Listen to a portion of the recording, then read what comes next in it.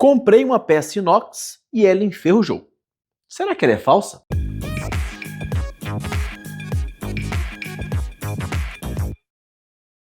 Fala, amantes da engenharia! Imagine o seguinte cenário.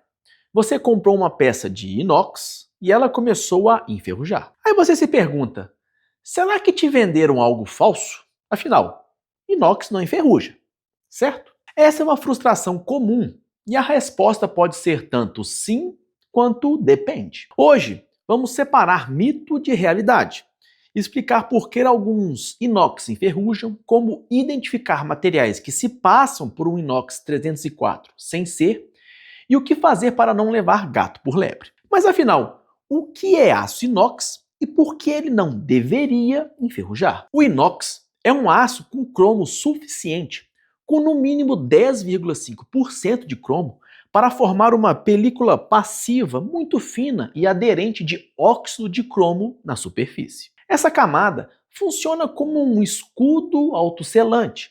Se riscada, ela se reconstrói na presença de oxigênio e impede que a ferrugem avance. Em aços da família 300, como o 304, essa proteção é reforçada por níquel na faixa de aproximadamente 8 a 11%.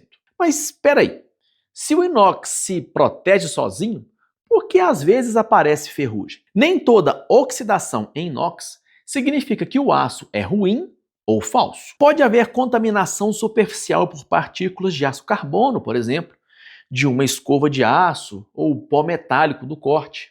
Ele pode ter sido especificado incorretamente. Isso porque não existe só um tipo de aço inox. Existe sim uma gama de produtos. Ou seja, existem diferentes tipos de aços inoxidáveis, com diferentes graus de resistência à corrosão, e saber especificar o aço correto para cada meio é a chave do sucesso.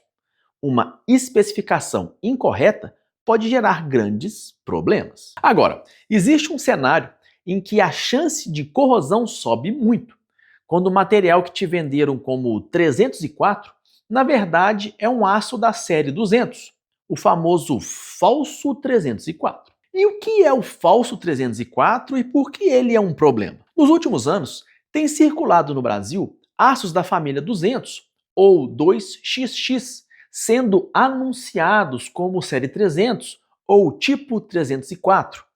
Esses aços foram projetados para reduzir custo, substituindo parte do níquel por manganês. E o resultado é um material mais barato, mas com desempenho inferior à corrosão em muitas condições do cotidiano. Enquanto o 304 legítimo tem cerca de 8 a 11% de níquel, os novos aços da série 2XX, vendidos como 304, possuem em torno de 1% de níquel, e essa diferença é decisiva para a resistência à corrosão. E por que reduzir níquel piora a resistência à corrosão do inox? Muita gente pensa que o níquel é tipo um revestimento, mas na verdade ele atua dentro da liga, estabilizando a fase austenítica e colaborando para que o cromo faça melhor seu trabalho de manter uma película passiva íntegra.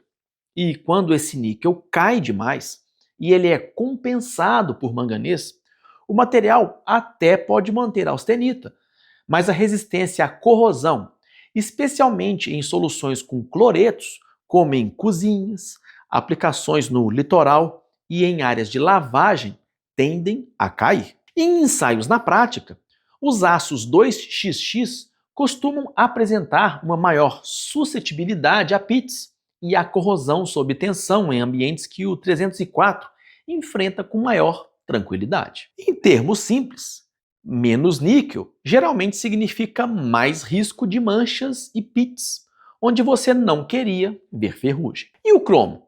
Ele também muda de um 304 verdadeiro para um falso 304? Sim, e isso pesa. O 304 típico tem cerca de 18% a 20% de cromo, enquanto muitos 2XX trabalham na faixa de 13% a 16%. Parece pouco, mas tirar cromo enfraquece a capacidade de formar e manter a película passiva, sobretudo em acabamentos escovados ou lixados, ou quando há contato com sais e água sanitária. Como a proteção do inox depende diretamente do cromo, essa redução, somada ao níquel mais baixo, cria a tempestade perfeita para a ferrugem aparecer mais cedo. E não para por aí. Em várias composições da série 200, o teor de carbono é mais alto do que o 304, o que aumenta a tendência à sensitização, ou seja, formação de carboneto de cromo.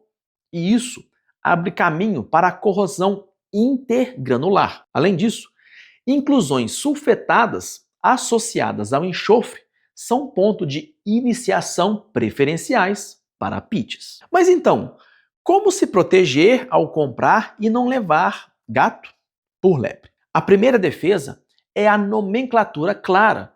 Procure explicitamente por AISI 304 ou UNS S30400 e normas de fornecimento como a STM A240 para chapas e tiras. Desconfie de descrições vagas como série 300, sem especificar o tipo, e de nomes comerciais obscuros, quando o vendedor evita dizer 304. Esteja atento a designações da série 200, 201, 202 e afins, incluindo variantes de mercado como os autodenominados série 300, que são alternativas de baixo níquel.